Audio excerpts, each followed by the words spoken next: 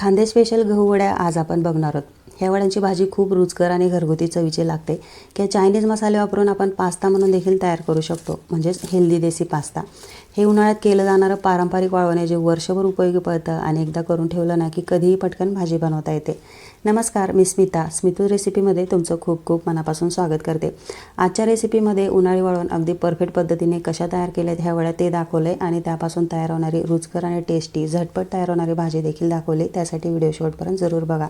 Recipe जरा देखील आवडली तरी एक लाईक आणि कमेंट नक्की करा। आता या ठिकाणी वजनी मापी दोन्ही प्रमाण आपण बघतोय। मी गव्हाचं पीठ वापरते। गव्हाच्या पिठाच्या ऐवजी तुम्ही मैदा किंवा साधं गव्हाचं पीठ हे देखील तुम्ही वापरू शकता। मी हे ओललेल्या गव्हाचं पीठ वापरते। ओललेल्या गव्हाच्या पिठाचा व्हिडिओ मी ऑलरेडी चॅनलवरती टाकलेला आहे। वरती तुम्हाला आय बटनमध्ये दिसत असेल लिंक, त्याच्यावर क्लिक करून तुम्ही पाहू शकता किंवा डिस्क्रिप्शनमध्ये मी लिंक देते, तुम्ही जरूर चेक करा। आता ओललेल्या गव्हाचं पीठ एकूण 2 कुकरचे सपाट डबे एवढे मी घेतलेले आहे आणि अर्धा डबा बारीक फाईन रवा मी वापरणार आहे, म्हणजे एकूण 2.5 भांडं आपलं झालं। आता हे झालं भांड्याचं माप। तुम्हाला वजनी प्रमाण म्हटलं तर एकूण 2 किलो गव्हाचं पीठ मी वापरते आणि अर्धा किलो बारीक रवा आपल्याला वापरायचा आहे। आणि आमच्या खानदेशमधल्या मापात म्हटलं तर 1 शेरभर गव्हाचं पीठ मी वापरणार आहे आणि 1 पावशेरभर बारीक रवा वापरणार आहे। आता या ठिकाणी बारीक रवा थोडासा कमी होता माझ्याकडे, म्हणजे जेवढा आहे तेवढाच मी टाकलेला आहे। थोडा अजून 1 कपभर राहिला असता तरी देखील चालला असता। आता हे सगळं मापं मी तुम्हाला सांगितली तिन्ही प्रकाराची। आता एकूण 2.5 भांडे एवढं पीठ आणि रवा आपला आलेला आहे। आता सुरुवातीपासून शेवटपर्यंत पिठाच्या दुपटीचं पाणी आपल्याला वापरायचं असतं। म्हणजे सुरुवातीला पीठ भिजवताना 2.5 भांडे आपल्याला पाणी वापरायचं आहे आणि उरलेला 2.5 भांडे पीठ घेरताना आपल्याला वापरायचं आहे, हे तुम्ही लक्षात घ्या। आता पीठ भिजवताना आपल्याला कोमट पाणी वापरायचं आहे। हाताला सोसेल ना इतर कोमट पाणी आपल्याला घ्यायचं आहे, गार अजिबात वापरायचं नाही। कोमट पाण्यातच आपल्याला भिजवायचं आहे। आता एकदम 2.5 भांडे टाकून भिजू नका, थोडं थोडं पाणी टाकत आपण हे पीठ भिजवायचं आहे।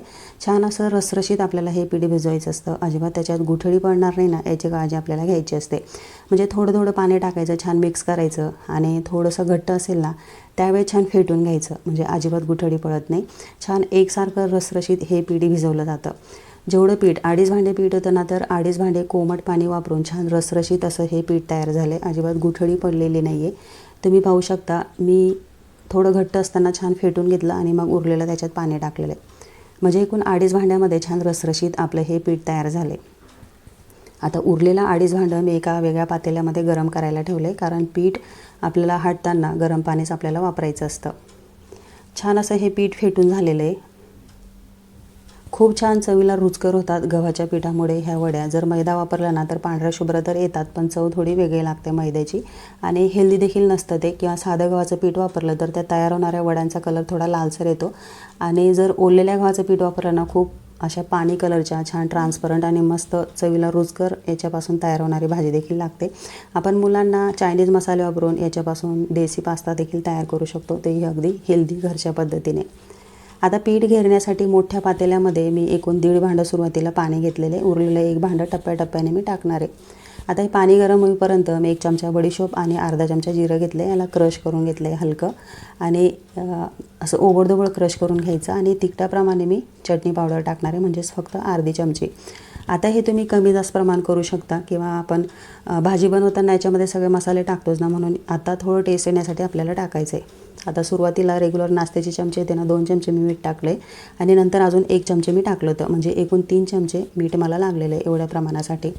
आता हे पाणी उकळल्यानंतर मग याच्यामध्ये तयार घोटलेलं पीठ मी टाकलेलं आहे। आता ह्या स्टेजला गॅसची फ्लेम आपल्याला हायस्ट ठेवायची आणि एका जणाने होत नाही, हे दुसऱ्याची मदत लागते। आता एक माझा मुलगा छोटा मुलगा आहे ना, तो हा घोटा हलवतो आहे, म्हणजे हे पीठ टाकताना थोडा वेळ लागतो ते भांडं धुवून टाकेपर्यंत। इकडे गुठळी तयार होते, कारण उकळत्या पाण्यामध्ये आपण हे पीठ टाकतो, त्यामुळे एकाने हा घोटा फिरवत राहायचा आणि मग आपण पीठ टाकायचं। एवढी टिप लक्षात घ्या, किंवा गुठळी पडू शकते जर तसं केलं नाही तर। आता गॅसची फ्लेम हाय करत आपल्याला हे पीठ असं घोटून घ्यायचं आहे। सुरुवातीला खूप पातळ होतं, जसं जसं उकळी यायला लागते ना तसं तसं हे घट्ट होत जातं। आता थोडं घट्ट झाल्यानंतर उरलेलं अर्धा डबा मी टाकलेले, अजून अर्धा डबा पुढच्या टप्प्यात मी टाकणार आहे। म्हणजे एकूण आतापर्यंत 2 भांडे आपले पाणी झालेले, अर्धं भांडं शिल्लक राहिले ते पुढे टाकणार आहे मी। आता पाणी टाकल्यानंतर गरम पाणी आपल्याला वापरायचं आहे, गार पाणी कुठेही वापरायचं नाही। अर्धं भांडं मी गरम पाणी टाकलेले। आता पाणी टाकल्यानंतर हे पाणी आणि पीठ मिक्स होण्यासाठी हळूहळू मिक्स करायचं, किंवा अंगावर शिंतडे उडू शकतात। आता पाणी एकजीव झाल्यानंतर छान असं घोटून घ्यायचं, म्हणजे अजिबात त्याच्यात गुठळी होणार नाही. छान एकजीव एकसारखं रसरशीत हे पीठ तयार होणार. थोडं घट्ट वाटल्यानंतर अजून उरलेलं अर्धं भांडं मी पाणी टाकलेलं आहे. म्हणजे सुरुवातीपासून तर आत्तापर्यंत एकूण आपलं पीठ भिजवताना 2.5 भांडे पाणी आणि हे पीठ घेरताना 2.5 भांडे पाणी, एकूण 5 भांडे पाणी आपल्याला वापरलं आहे. थोडंसं तुमचं गहू कुठल्या जातीचं आहे त्यानुसार अर्धं भांडं पाणी इकडे जास्त कमी जास्त होऊ शकतं. आता छान घोटून घेतलं आणि त्याला झाकून ठेवलेलं आहे. आता 10 मिनटासाठी लो फ्लेमवरती मी याला शिजवलं आणि नंतर पुढचा अर्धा तास मी शिजवणार आहे. त्यासाठी मी खाली तवा ठेवला, तवा तापून घेतला आणि लो फ्लेमवरती अर्ध्या तासासाठी झाकून ठेवलेलं आहे. म्हणजे एकूण मला 40 मिनटं एवढं लागलेलं आहे. खाली तवा याच्यासाठी ठेवला कारण हे ॲल्युमिनियमचं पातेलं आहे, माझ्याकडे पितळचं पातेलं नाही. ह्या पातेल्याचं बुड हे पातळ असतं, त्यामुळे पटकन करपण्याची शक्यता असते. आणि ह्या गव्हाच्या वड्यांचं पीठ खूप शिजवावं लागतं. जेवढं शिजलं ना तेवढा कलर सुंदर येतो. शिजलेल्या पिठाची वडी खूप छान लागते आणि भाजी तयार झाल्यानंतर चवीला रुचकर होते.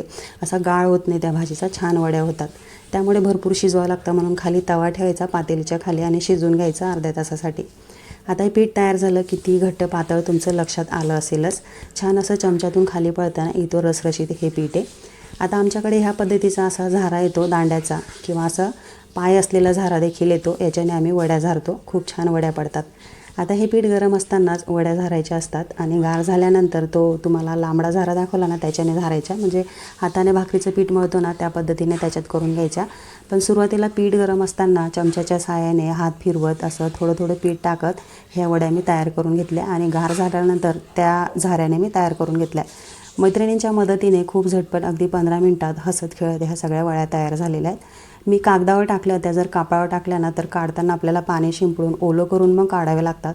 जर कागदावर टाकले ना तर सहज अलगद निघतात.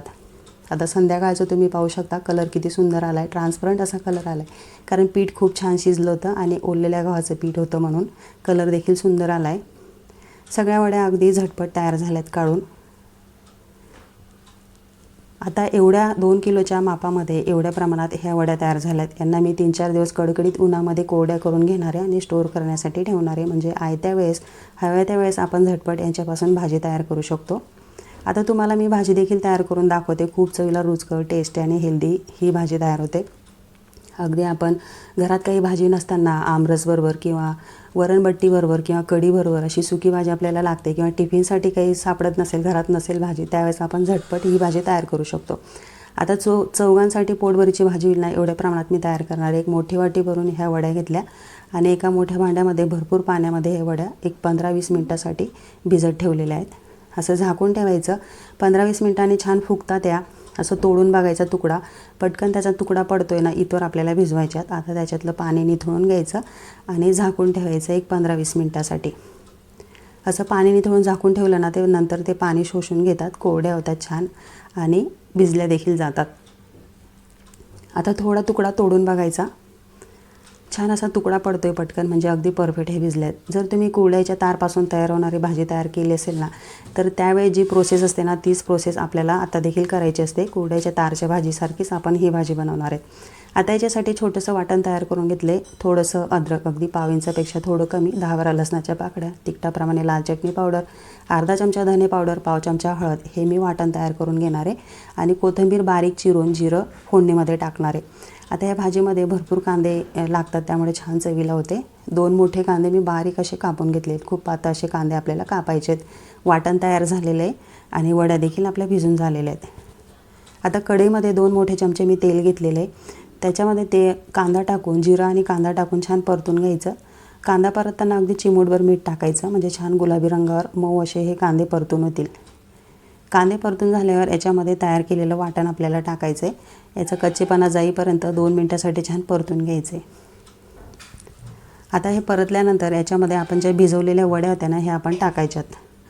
अगदी मिडियम टू लो फ्लेमवरती छान ह्या परतून घ्यायच्यात. कोथिंबीर टाकायची आणि चवीनुसार मीठ टाकायचं. आता मीठ टाकताना थोडं कमी प्रमाणात वापरायचं, कारण ज्यावेळेस आपण उन्हाळी वाळवण तयार करताना ह्या वड्या बनवताना त्याच्यात चवीनुसार मीठ आपण केलेलं असतं.